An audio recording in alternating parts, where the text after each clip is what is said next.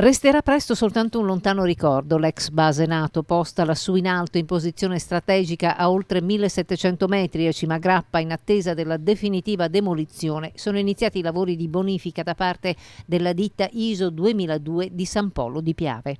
I lavori hanno interessato nel dettaglio la canna fumaria, la centrale termica, le cisterne, le tubazioni, la pavimentazione contaminate da amianto. Anche in quella base infatti è stato usato molto Eternit e tutto questo dovrà finire entro la prima metà di settembre, perché subito dopo entrerà in azione il secondo reggimento del Genio Guastatori di Trento per la demolizione vera e propria del sito.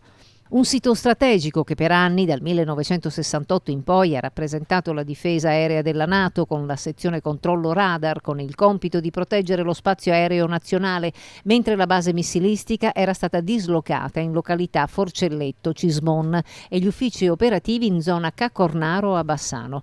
Un pezzo di storia che si sgretola dopo l'ordine tassativo quel 30 giugno 1976, che fu quello di abbandonare l'area, iniziando con lo spegnimento dei radar.